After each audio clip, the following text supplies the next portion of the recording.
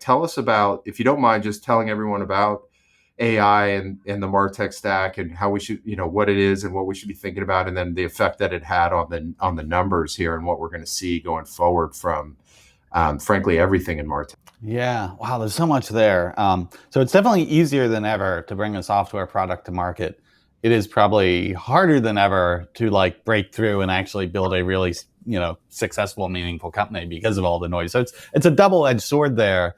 But the other thing I would say too about the churn rate, it's a relatively small percentage of the companies on that MarTech landscape who are truly funded by VCs, like institutional VCs, and they're in a mode like either they're going to hit their number or basically they're going to get shut down or acquired or return money to the VC. Those things actually tend to have are more likely to have a clear expires by date, so that if it didn't work, okay, they'll move on. The challenge with a lot of the other solutions in there that are either, have been organically funded or, by, lower levels, of, capital funding, is SaaS is hard to kill. If you've got a SaaS product and it's got customers and it's even marginally profitable with those customers, even if you would look at that and say like, this technology sort of hit its peak, this probably isn't going to go any further. In a rational world, it would probably go away and, resources would be like, recombined into launching, something new. The truth is, this stuff's just going to it's going to live on for a while. So I think people who look at the landscape today and say like, wow, I think a lot of this landscape is at risk from the technological shifts that are happening with things like generative AI. They're not wrong. But I would be surprised if we see like 50% of the landscape just go away within a year, just because it's just going to have this tail of entropy. It's going to take a while to get through the machine. So yeah, I'm not sure if that's a good. No, that's probably not a good thing as far as anyone's concerned. But that would be my guess on what we'll see pattern-wise.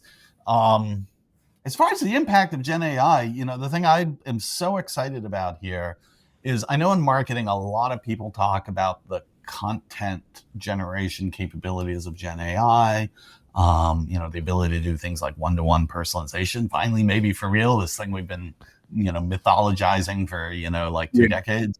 And that stuff is really cool. That is nowhere near as interesting to me as Gen AI sort of at the next level down of, the 2 examples I talked about in the report is one, data. Oh my goodness. Like marketers are the most analytical question generating, like perfect machines ever known to mankind. Like, any marketer at any given moment in time has like 50 analytical questions they want the answer to, and they anytime you get a data analyst near them, they immediately saturate them with oh, well, what about this? What about this other one? And then when they get those answers, they're like, great, that just inspired 50 more questions. And this is why, it's gotten to the point where even most marketers, they don't even ask most of the questions that are in their head because they're like, all right, nobody's actually going to track this down for me.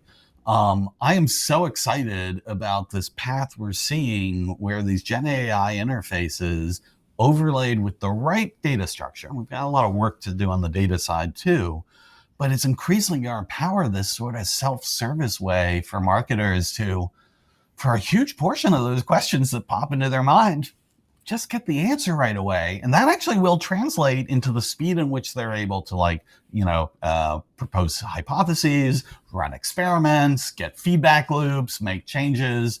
I'm really excited about the agility of that. So let me stop there. There's more, but we'll stop with that one.